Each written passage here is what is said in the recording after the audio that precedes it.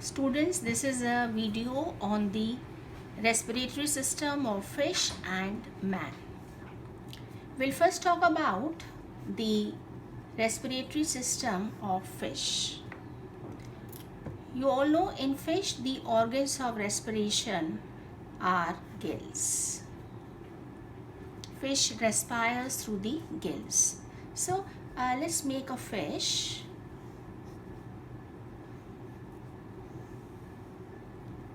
This is the mouth of the fish, and fish has gills which open to outside by small holes which are called as gill slits. Right? So fish has the organs of respiration as gills. And how do these gills open to outside? If you look at the fish, there are small holes you can see on the surface. These are called as the gill slits. So fish, it opens the mouth regularly. The water enters through the mouth. It flows over the gills, and then through the gill slits, the water comes out.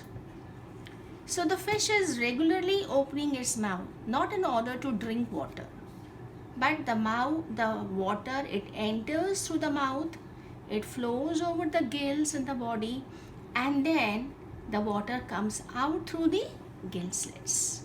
Right? If you look at the structure of gills, the gills are very thin walled and they are richly supplied with the blood capillaries. See, if I draw a gill, suppose this is the surface of the gill, right? And below the gills, you have a network of blood capillaries. See, this is a blood capillary. Right? The fish opens the mouth, the water enters through the mouth, and then it flows over the gills. So this is the water which is flowing over the gills. Now when the water flows over the gills, it comes in contact with the blood. Right? And an exchange of gases will take place between water and the blood which is flowing in the blood vessels. So the water is flowing over the gills, and the water, it comes in contact with the blood in the blood capillaries. An exchange will take place between water and blood. The oxygen will move from the water into the blood, and the CO2 will move from the blood to the water. So see, an exchange takes place in the gills because the gills are very thin walled, and below the gills you have network of blood capillaries, and the water, it flows over the gills. When it flows over the gills, it comes in contact with these with the blood in the blood vessels, and an exchange of gases will take place between the water and the blood. The oxygen will diffuse in the blood and the CO2 will diffuse out.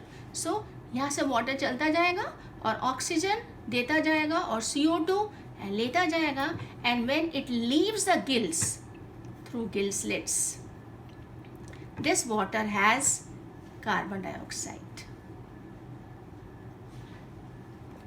So the water that moves out of the gills, it has taken away CO2 from the blood, and the blood in the gills, it has become oxygenated, and this blood then will move to the body tissues to distribute the oxygen.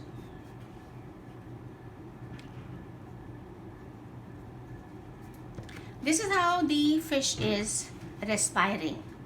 So fish has the organs of respiration as gills, and these gills, they open to outside by gill slits. The fish opens the mouth, water will enter in, will flow over the gills and will come out through the gill slits. And the gills are very thin walled, and below the gills you have a network of blood capillaries. And as the water will flow over the gills, an exchange will take place between the water and between the blood. The oxygen will diffuse in the blood and the CO2 will diffuse out of the blood in the water. So the water that leaves the gills through the gill slits, it takes away the carbon dioxide, right? the blood in the gills has become oxygenated. Now this blood will leave the gills, will enter the body tissues and will distribute the oxygen. So this is how the respiration, it takes place in the gills, right? And then we'll talk about the respiration in man. How do we respire, right? So if you look at the respiratory system of man, this is a diagram of respiratory system of man. It begins with the nostrils, right? सबसे पहले the air will enter the nostrils. This is your number 1. The air will enter through the nostril into nasal cavity. Oh, these are nostrils. और ये क्या है? This is mouth. This is mouth. This is buccal cavity. So ऊपर जो है nasal cavity है और नीचे mouth cavity है. यहाँ से we take in food और यहाँ से we take in air. So nostril से you take in air and then it goes to nasal cavity, right? Nasal cavity में क्या क्या मिलता है आपको? In the nasal cavity you have hair, and in the nasal cavity you have mucus. There are many mucus producing glands there which produce mucus. So the hair and the mucus, they will trap the dust particles and germs which enter along with the air. So here your air gets partly filtered in the nasal cavity. In the nasal cavity, the hair and the mucus will trap the dust particles and the germs. So here in the nasal cavity, the air is filtered, right? And then from the nasal cavity, the air it goes to pharynx. ये पूरा का पूरा जो है, this is all pharynx. ये पूरा का पूरा आपका गला है, right? तो air जो है वो nostril से nasal cavity और nasal cavity से pharynx में जाएगी, right? Pharynx is called as throat. और pharynx के बाद it goes to the larynx. Larynx which is also called as the voice box. इसको हम voice box बोलते हैं. No, we can understand it with the little better diagram. Say for example, I draw the system again.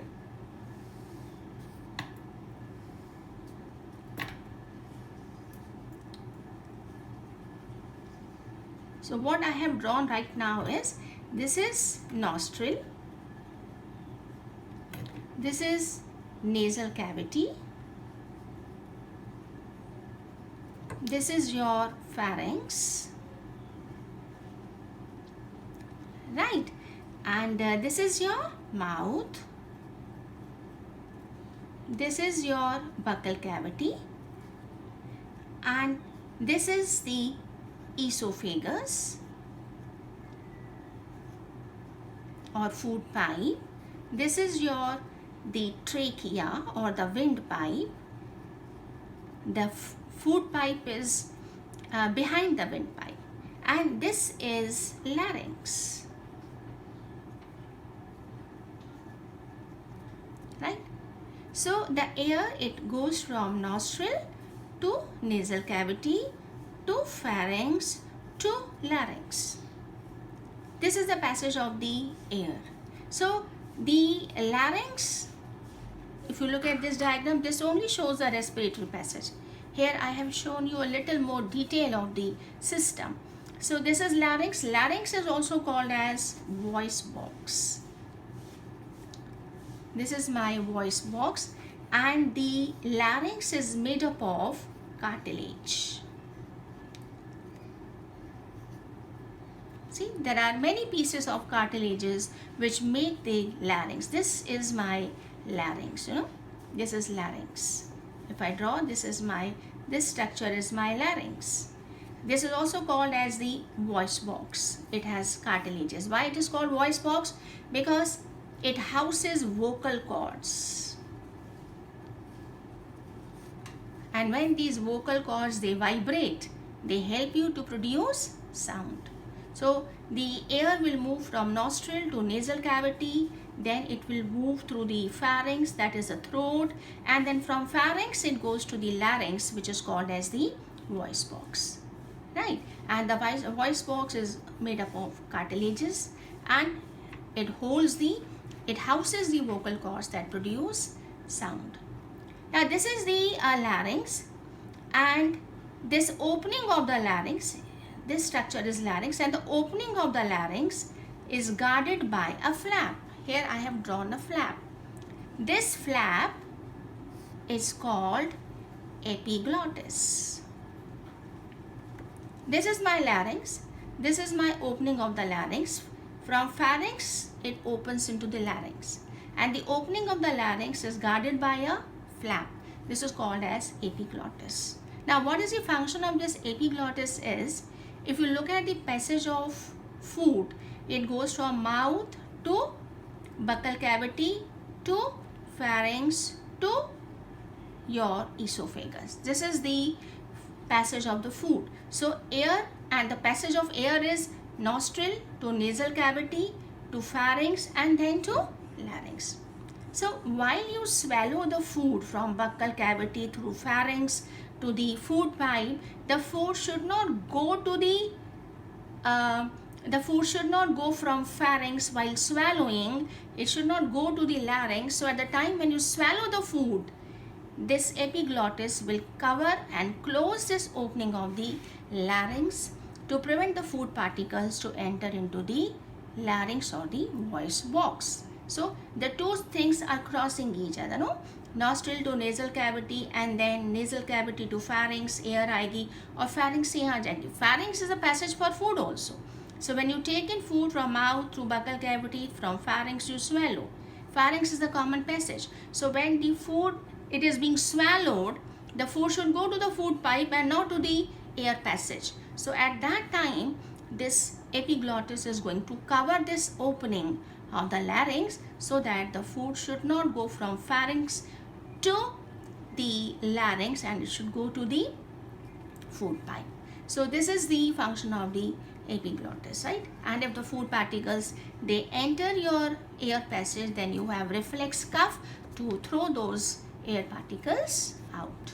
So the air, this is only respiratory passage. The air will move from nostril to nasal cavity, then it will go to the pharynx. From pharynx it goes to the larynx, and then after larynx it goes to the trachea. So this is my larynx, and from the larynx then it goes to the trachea. That is my windpipe, and the windpipe, it passes through your neck region, it enters the chest cavity, and in the chest cavity it divides into two branches. And if you look at the structure of the trachea has cartilaginous rings. It has cartilaginous rings which are incomplete C-shaped rings. No? These rings, they prevent the collapsing of the trachea. They give support to the trachea and they prevent the trachea from being collapsed, right? So when there is no air in it, so they prevent the trachea from collapsing and they give support to the wall of the trachea, right? And then this trachea, it divides into these two bronchi. These bronchi also have cartilaginous rings.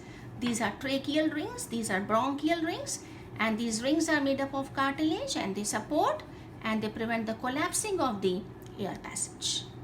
The bronchus, each bronchus, it divides into respective lungs. So we have two lungs, the right and the left lung. The bronchus, it enters the lung and there it divides into fine branches which are called as bronchioles. And then the bronchioles, they end into these alveoli which are also called as air sacs. So finally, if you trace the passage of the air, the air is inhaled through nostril, then it goes to nasal cavity, then it goes to your pharynx, which is a common passage, then it goes to larynx, and then from larynx it goes to trachea, from trachea it goes to bronchus, from bronchus the air goes to bronchioles, and from bronchioles it goes to alveoli. This is here the air is going to reach. So whatever air you take in or inspire, this is the passage of your air to nostrils, to nasal cavity, to pharynx, to larynx, to trachea, to bronchi, to bronchioles, and to the ear sacs. So this is your, till now, this is your only passage of the air which we have done, right? So let's review it once again. In fish, we talked about the organs of respiration are gills, and the gills, they open to outside by gill slits. The fish opens the mouth at regular intervals. The water will enter the mouth, will flow over the gills and will come out through the gill slits. And as the water is flowing over the gills, it comes in contact with the blood, and an exchange will take place between the water and the blood. The oxygen will diffuse in from water and the CO2 will diffuse out. So the water जैसे जैसे चलता जाएगा, oxygen CO2 जो है वो लेता जाएगा और ऑक्सीजन देता जाएगा, and the water that leaves the gills, it has taken away the CO2 from the blood and it has given the oxygen to the blood. So this water will move out from the gills through gill slits, and the blood with the oxygen will reach the body tissues to distribute the oxygen. And this is the respiratory system of man. It consists of nostril to nasal cavity where the air is filtered. Then it goes to the pharynx, which we call as throat. From pharynx it goes to the larynx, right? So this is another way to show the system. The nostril to nasal cavity. From nasal cavity the air goes to the pharynx, and from pharynx it goes to the larynx, and from larynx it goes to the trachea, right? And if you see here, the passage of air and the water, when you take the food, it also goes through mouth to buccal cavity to pharynx. The air also comes from nostril to nasal cavity to pharynx. So while you swallow the food from the buccal cavity through pharynx to the food pipe, it should not go to the air passage. So just for a fraction of second when you are swallowing, the opening of the larynx is being closed by a cartilaginous flap which is called as epiglottis, right? And the larynx is also called as voice box. It houses the vocal cords, and then from larynx the air passes on to the trachea, and the trachea, it passes all through your neck, reaches the chest cavity, divides into two branches, and each branch will enter into a lung, will divide into further branches and rebranching, which are called bronchioles, and finally these bronchioles will end in the ear sacs, and the air will reach ear sacs, right? I hope you must have understood. Thank you.